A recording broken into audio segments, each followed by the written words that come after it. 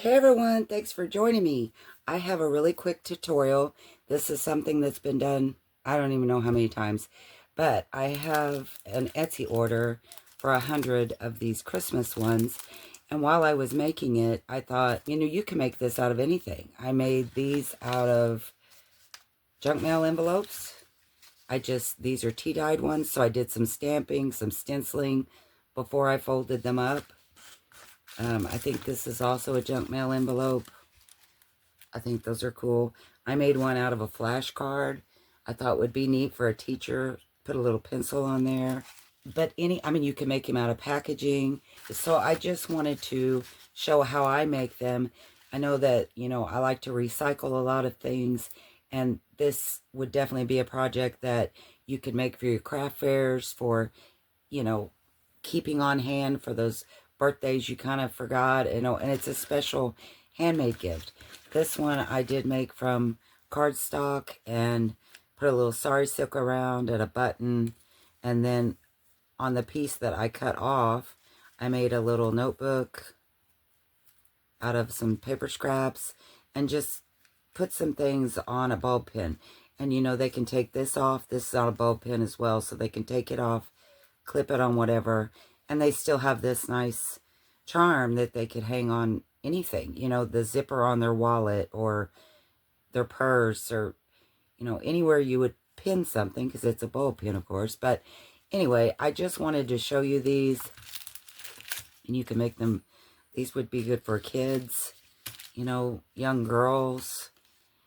So I just wanted to show you how to make them, and then let your imagination go wild and use any kind of materials that you can find, because seriously, like I said, I made them out of junk mail envelope.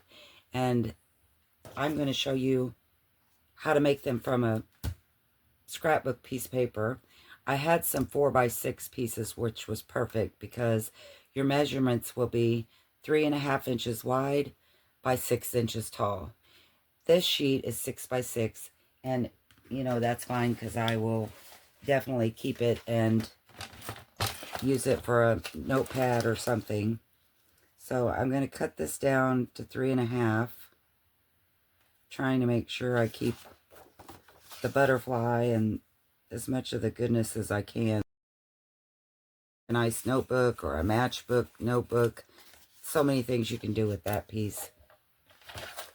I don't like to measure, and I don't like to use the scoring board, and I do that for both of those things for this one project.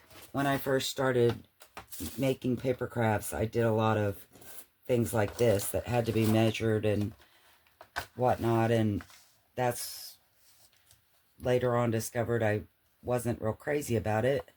So I found junk journaling, and that I love. So you're going to score it at 1, 1.25, 2.25, and 2.5. And this is a thicker cardstock, so I'm going over it several times.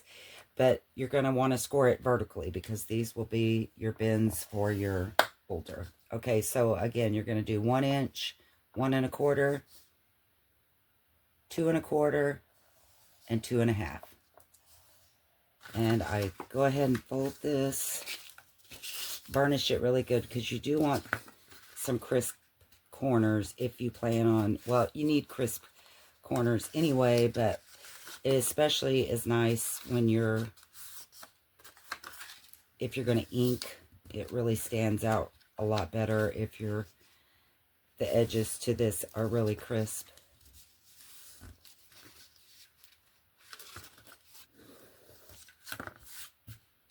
Okay, and at this stage, I try to figure out which side is going to go on top, which I already know the buttons are.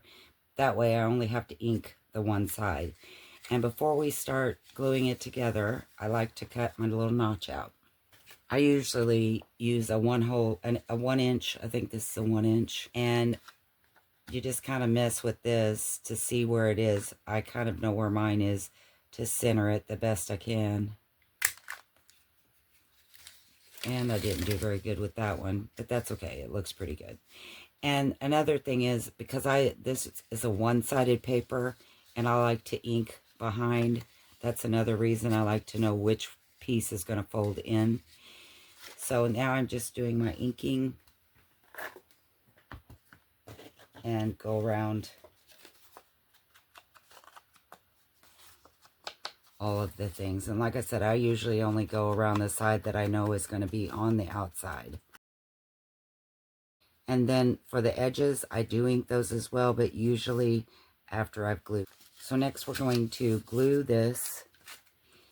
And I usually glue this piece on the inside because I know it's pretty much going to be covered. And then I just put a thin line on the edge of this other piece. And I forgot to ink the inside, so I'm going to do that now. All right. So fold it over.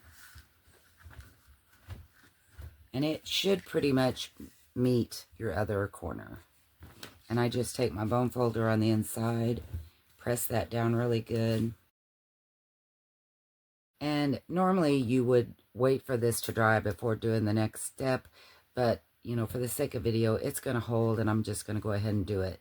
So then I just take my fingernails and kind of poke into the side, this little edge on both sides, and fold it, kind of fold it, you know, like a sandwich, I guess. Does that sound right?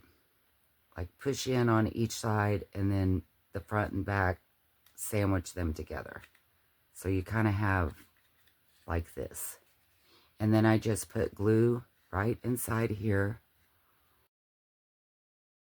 It's like I'm putting a lot, but that doesn't come out very good. Pinch it together and squeeze that glue out towards the end where it's good and covered. Then I usually just take a couple of these little bulldog clips and pinch it on the end so that it's, you know, give it a chance to dry. While it's doing that, I'm going to go ahead and do my edges. Get right down there too. And then just let that dry for a little bit. And seriously, that's how easy it is. Your holder is done. Now sometimes I've made a little hidden paper clip that I put down and had dangles on it before. This year I chose to just do sari silk, so let me get some of that and we'll actually, here's some here and it matches. So we'll just wrap a little bit of sari silk around. And I would probably, let's see what kind of charms I have. Ooh, I have a wooden charm like this. I think I'll use that. And I'll use a bulb pin. And this is just a wooden charm that I have decoupaged a napkin to. So I'm going to go ahead and tie this. I usually just do a little knot, not very tight. And then run my ball pin through that knot.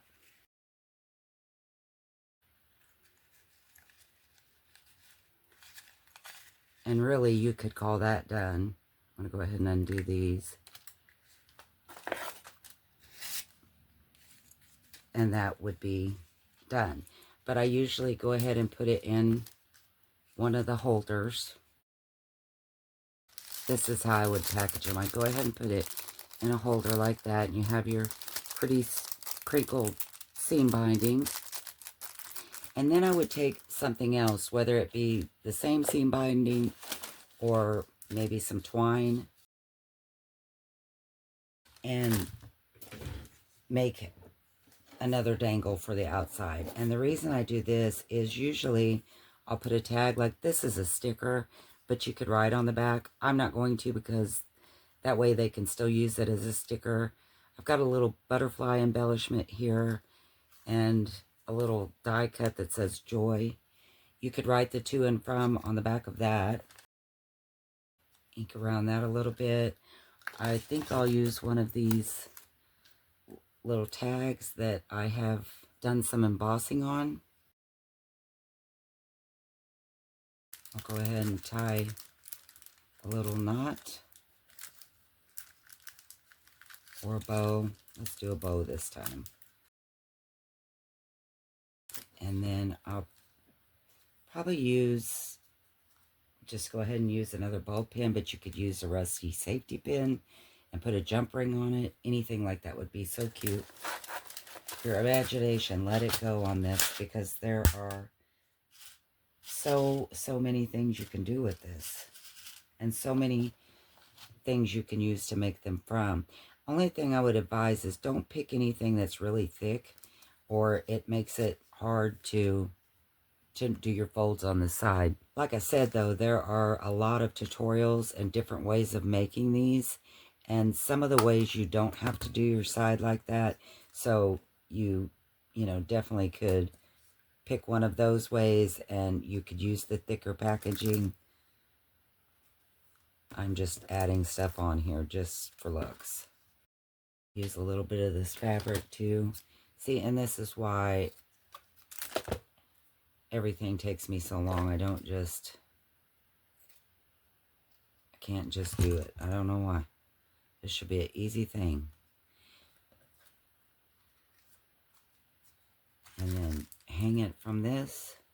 And this might be overkill. Maybe you don't have to wrap your, you know, your packaging. Maybe once you put it inside, you're done. I mean, why would you have to wrap it twice? Really? Maybe just do one. Either the outside or the inside wrap and call it good. But, you know, I think that's really cute. And I think at a craft fair, or, you know, as, like I said, as a gift to, so here you have a couple of different charms, things that they can hang on to other things. I love this butterfly.